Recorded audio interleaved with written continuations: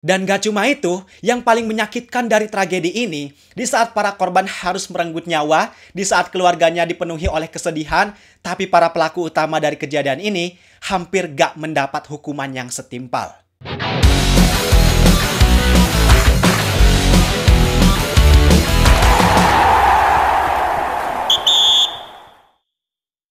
Dan wasit Agus Fauzan Arifin meniup peluit panjang, membawa pertandingan ini berakhir full time, bukan half time.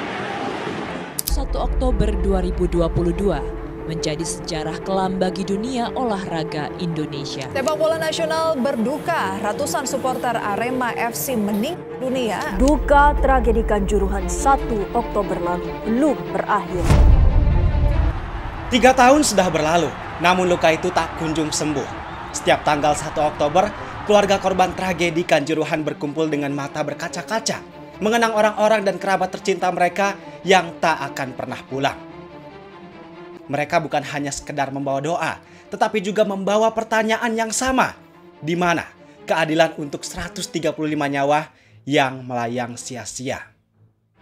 Yang perlu sama-sama kita pahami, dan gua rasa semua orang yang punya hati nurani pasti punya pemikiran yang sama, bahwa tragedi Kanjuruhan yang terjadi di tanggal 1 Oktober 2022 bukan sebatas bencana kemanusiaan terburuk sepanjang sejarah sepak bola Indonesia.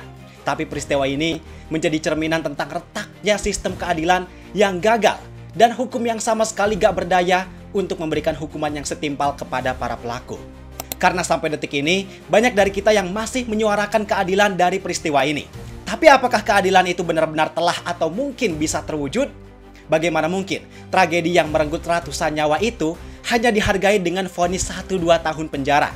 Sekali lagi, untuk orang-orang yang punya hati nurani, angka tersebut tentu merupakan angka yang sangat kecil, sangat tidak sepadan dengan apa yang telah dilakukan, dengan akibat yang telah terjadi, dan dengan rasa kehilangan yang harus ditanggung oleh para keluarga korban seumur hidup mereka. Mungkin ada sebagian dari kita yang berpendapat yang gak merasakan kesedihan ini, yang menganggap bahwa hal ini bukan sesuatu yang perlu diingat-ingat. Tapi buat kalian yang punya pemikiran seperti itu, tentu salah besar. Tragedi ini justru harus kita ingat sampai kapanpun. Bukan untuk menambah kesedihan, tapi untuk mencari keadilan dan menjadi pelajaran. Maka dari itu, di video ini gue mau ngajak kalian buat sama-sama kita mengenang kembali tragedi Kanjuruhan ini. Bagaimana faktanya, bagaimana keadilan yang sekarang kita dapatkan, dan apakah kita semua udah benar-benar belajar dari tragedi Kanjuruhan. Semuanya gue bahas di sini, dan sekarang langsung aja kita bahas, biar gak gitu-gitu doang. Tahu sepak bola.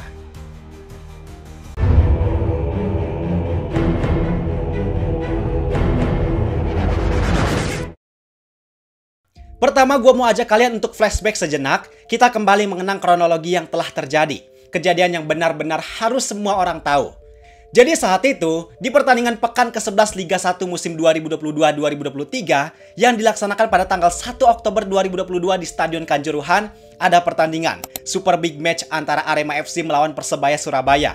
Pertandingan ini emang jadi salah satu pertandingan yang ditunggu-tunggu oleh banyak orang.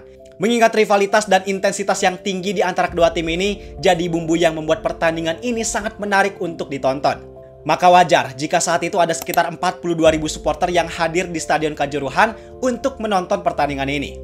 Selama 90 menit pertandingan berjalan, semuanya berjalan normal, hanya ada clash dan cyber yang memang masih normal, plus supporter juga tentu sangat ramai untuk mendukung bahkan melakukan intimidasi yang masih dalam batas wajar dengan tujuan untuk melemahkan mental lawan.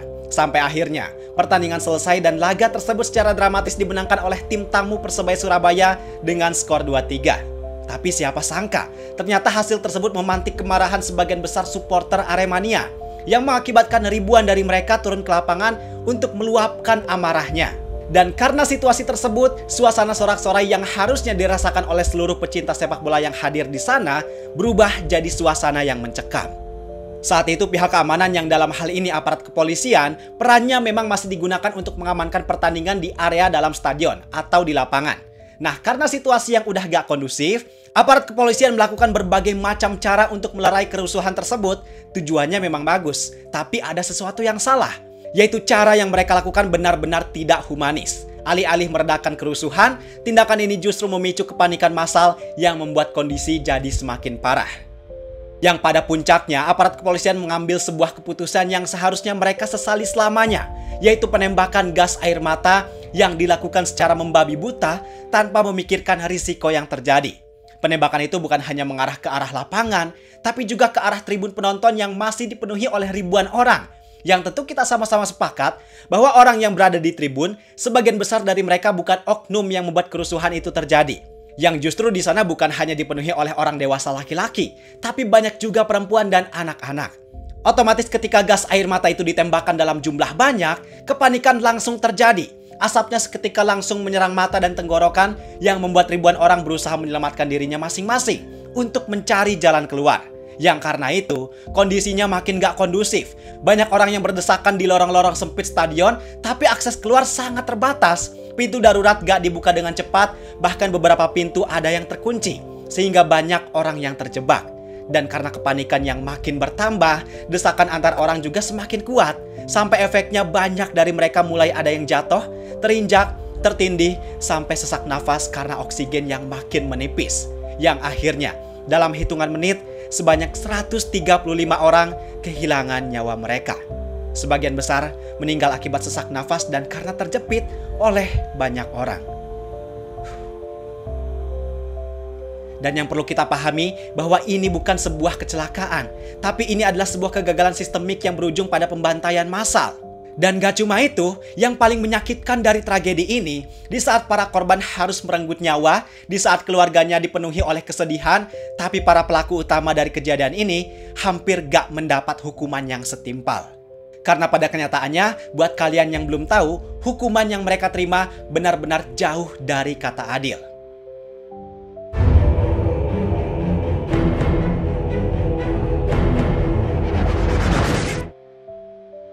Atas kejadian ini, pemerintah saat itu langsung mengambil tindakan cepat dengan membentuk Tim Gabungan Independen Pencari Fakta atau TGIPF untuk mengungkap kebenaran di balik tragedi Kanjuruhan.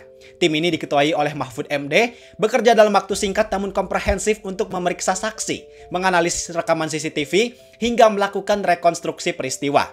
Yang hasilnya, gas air mata ditetapkan sebagai faktor utama penyebab kematian massal. Ditemukan ada 11 gas air mata yang digunakan, yang parahnya beberapa dari gas air mata itu dalam kondisi kadaluarsa. Temuan lainnya yang gak kalah parah, ternyata aparat keamanan di lokasi gak mendapat pembekalan yang memadai tentang penggunaan gas air mata di situasi kerumunan massa tertutup. Artinya di sini mereka menembakkan gas air mata benar-benar tanpa perhitungan dan tanpa mempertimbangkan risiko yang akan terjadi. Padahal regulasi FIFA secara tegas melarang penggunaan gas air mata di stadion sepak bola, tapi pihak keamanan malah tetap menggunakannya. Artinya di sini bisa kita lihat bahwa betapa rendahnya pemahaman para petugas terkait teori yang harusnya jadi dasar untuk mereka menjalankan tugasnya. Selain itu, TGIPF juga menyoroti ketidaklayakan Stadion Kanjuruhan untuk melaksanakan pertandingan sepak bola dalam skala besar. Dan semua faktor tersebut sama-sama berkontribusi pada tingginya angka korban jiwa dalam tragedi Kanjuruhan. Dan ini udah jadi bukti bahwa apa yang gue bilang tadi di awal, tragedi ini memang bukan sebuah kecelakaan belaka, tapi tragedi ini memang terjadi karena sistemnya yang gagal, yang gak mampu untuk mengantisipasi masalah seperti ini.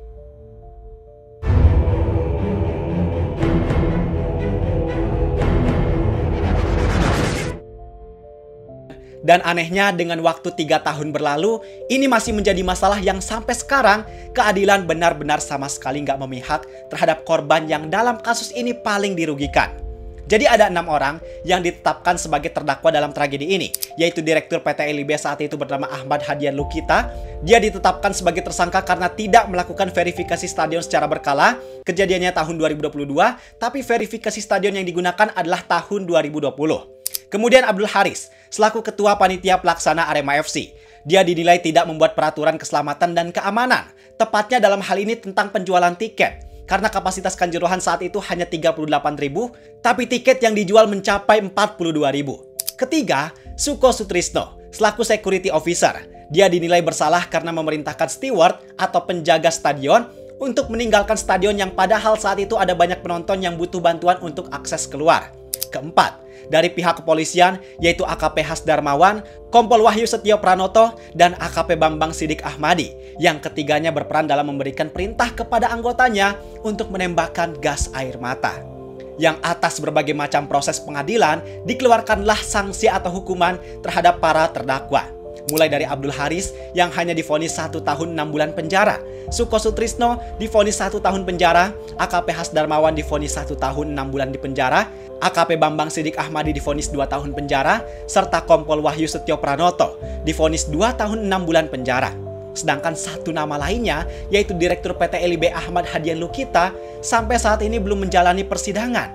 Statusnya masih dalam proses hukum yang berkepanjangan. Yang kita nggak tahu, proses hukumnya bakal selesai kapan? 3 tahun.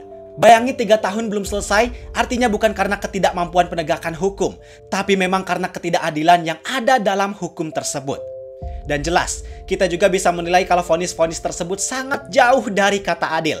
Bayangin 135 nyawa, tapi ada yang cuma dihukum 1,5 tahun. Artinya setiap nyawa yang hilang cuma dihargai dengan 4 hari penjara. Ya, 4 hari.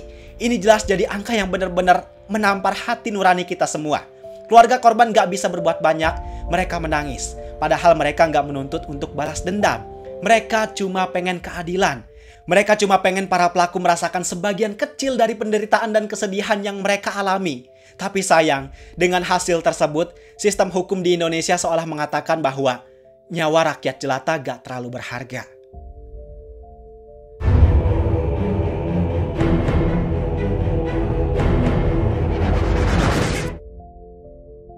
Pada dasarnya, tragedi Kanjuruhan ini udah jadi tonggak perubahan besar khususnya untuk sepak bola Indonesia. Banyak perubahan konkret yang dilakukan pasca tragedi ini. Mulai dari perbaikan sistem, pemerhatian serius terhadap aspek keamanan di setiap pertandingan, sampai renovasi stadion. Bukan hanya Kanjuruhan, tapi banyak stadion di daerah lain juga yang hal ini dilakukan bukan semata-mata demi keindahan bangunan, tapi untuk penyesuaian terhadap aspek keamanan. Ditambah lagi, dari segi kompetisi, pengadaan VAR, pelatihan wasit walaupun terkadang masih ada beberapa yang bermasalah, tapi itu jadi aspek yang punya peran penting untuk memperbaiki kompetisi sepak bola nasional secara komprehensif, yang secara gak langsung membuat atmosfer sepak bola Indonesia jadi lebih sehat. Terus walaupun sekarang ada larangan away, tapi beberapa kelompok supporter udah mulai sadar untuk sama-sama menjunjung tinggi yang namanya perdamaian. Tapi, bukan berarti gak ada masalah yang tersisa. Masalah yang harus diperbaiki tentu masih sangat banyak. Harus diakui, kompetisi memang belum sempurna. Beberapa kebijakan terkadang gak diambil dengan bijak dan sebagaimana mestinya. Ditambah lagi dengan beberapa oknum supporter masih ada juga yang belum sadar. Masih ada yang belum belajar untuk mereka menjadi supporter sejati yang jauh dari tindak kekerasan. Dan ini bukan cuma jadi PR buat PSSI maupun I-League, tapi untuk kita semua. Karena pada dasarnya perbaikan ini tentu nggak akan jalan kalau hanya dilakukan oleh sebagian pihak. Kalau nggak disertai dengan peningkatan kualitas pemain, permainan di lapangan yang lebih menghibur, sampai para supporter yang semuanya harus sadar bahwa sepak bola sejatinya adalah sesuatu yang bisa kita nikmati oleh semua kalangan. Tujuan utamanya di sini bukan tentang siapa yang menang dan kalah, tapi tentang hiburan dan kegembiraan yang bisa kita nikmati dan kita dapatkan. Dan atas semua penjelasan tadi, pada intinya banyak hal yang jadi pelajaran dari tragedi Kanjuruhan. Terutama tentang rapuhnya sistem keadilan di negara ini. Tanggal 1 Oktober udah sepatutnya untuk kita semua selalu mengenang mereka yang jadi korban. Sekali lagi bukan untuk menambah kesedihan, tapi untuk menyuarakan keadilan serta peringatan buat kita semua agar kita semua sama-sama belajar supaya kejadian ini gak terulang di kemudian hari. Silakan tulis harapan, doa maupun suara hati kalian tentang tragedi Kanjuruhan ini di kolom komentar.